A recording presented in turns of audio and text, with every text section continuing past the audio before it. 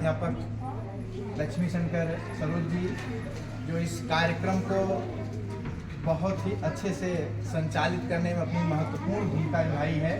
और मैं ये समझता हूँ शांत रहो, 2 मिनट शांत रहो बस। शायद इनका सहयोग नहीं मिलता तो इतना कार्यक्रम इतना अच्छा नहीं हो पाता।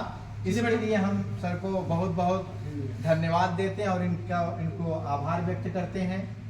हमारे एक बुलावे पर हमारे बड़े भैया अखिलेश सिंह जी यहाँ अपना समय निकाल करके उपस्थित हुए हैं। इनको भी हम अपनी तरफ से आभार व्यक्त करते हैं, संस्था की तरफ से धन्यवाद देते हैं।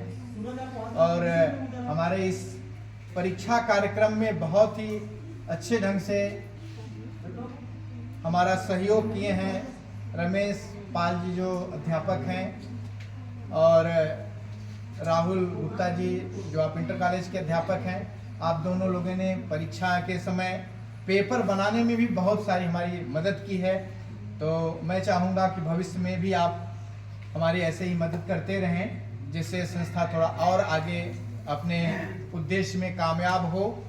इस संस्था की तरफ से और अपनी तरफ से मैं आप दोनों लोगों को बहुत बहुत धन्यवाद देता हूँ, आभार व्यक्त करता हूँ। और हमारे संगठन के अन्य पदाधिकारी वीरेंद्र जी जो दिन रात इसमें लग करके सारे कार्यों को संपादित करवाए हुए हैं, उनको भी बहुत बहुत आभार व्यक्त करता हूं, धन्यवाद देता हूं।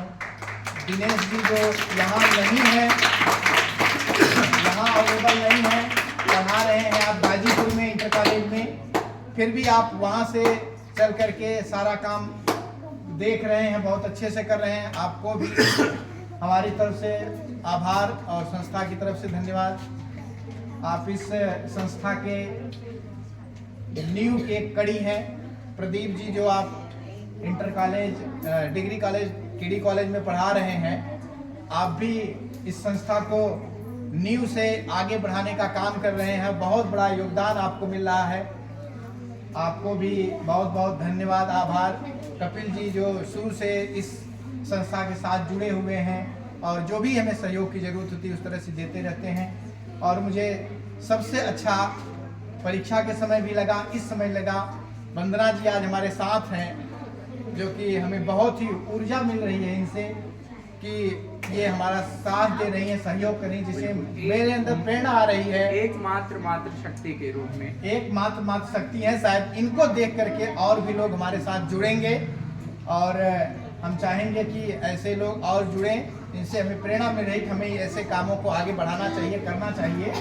इसी उद्देश्य से हम कर रहे हैं और आप सबका जो सहयोग मिलता है उसी से हमें प्रेरणा और मिलती है कि हम जो काम कर रहे हैं वो आपके लिए अच्छा है, शायद अच्छा है, इसीलिए आप लोग पसंद कर रहे हैं। और यहाँ जो भी बच्चे उपस्थित हैं उन सबको भी मैं धन्यवाद देना चाहूँगा कि आप इस परीक्षा में शामिल हुए और पेपर दिया, आपके कुछ मार्क्स आए हैं, उसको अभी हम बताएंगे, प्राइज भी देंगे।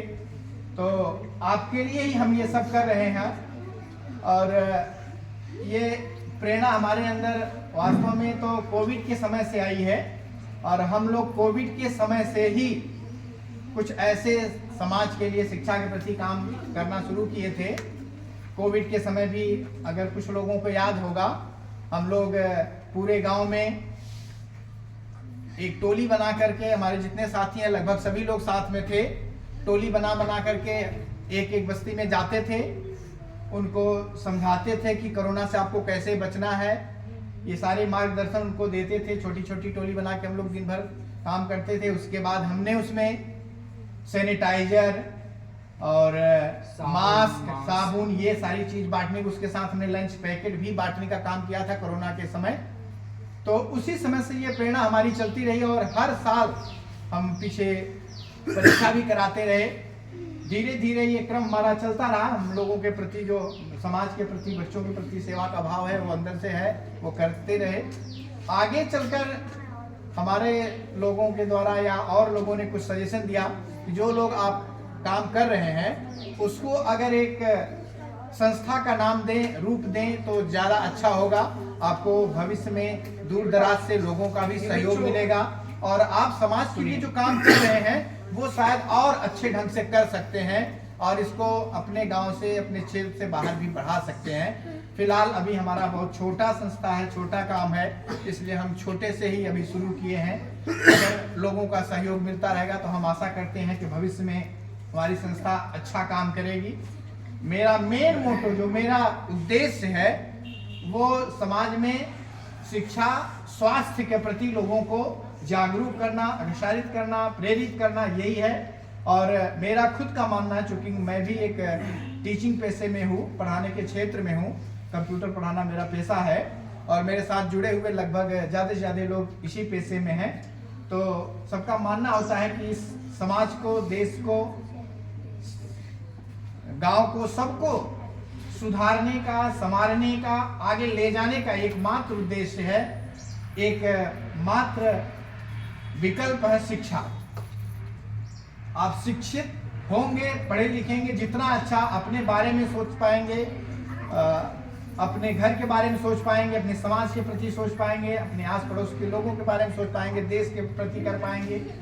तो इसीलिए हम अभी जो उद्देश्य लेके चल रहे हैं, आपको शिक्षा के प्रति ही प्रेरित करने का हमारा विशेष उद्देश्य है। जिससे आप शिक्षित होंगे, आपके अंदर ज्ञान आएगा, तो आपको खुद ही समझ में आ जाएगा कि मुझे क्या करना चाहिए, क्या नहीं करना चाहिए। जब आप शिक्षित होकर के, पढ़ लिख करके अपने उद्देश्य को पूर्ण कर लेंगे, आप कहीं न कहीं स्टेबल हो जाएंगे, कहीं नौकरी पा जाएंगे, कुछ करने लगेंगे, जिससे आपके अंदर आत्मबल पैदा होगा, आर्थिक रूप से स्ट्रांग होंगे। फिर आपको जिस तरह से हम लोग सेवा कर रहे हैं, कुछ कर रहे हैं, आपके अंदर भी वो पावर आएगी, वो शायद प्रेरणा मिलेगी, आप लोग भी देश समाज के प्रति कुछ करना चाहेंगे, कर सकेंगे। क्योंकि अगर आप लोगों के प्रति कुछ करना चाहते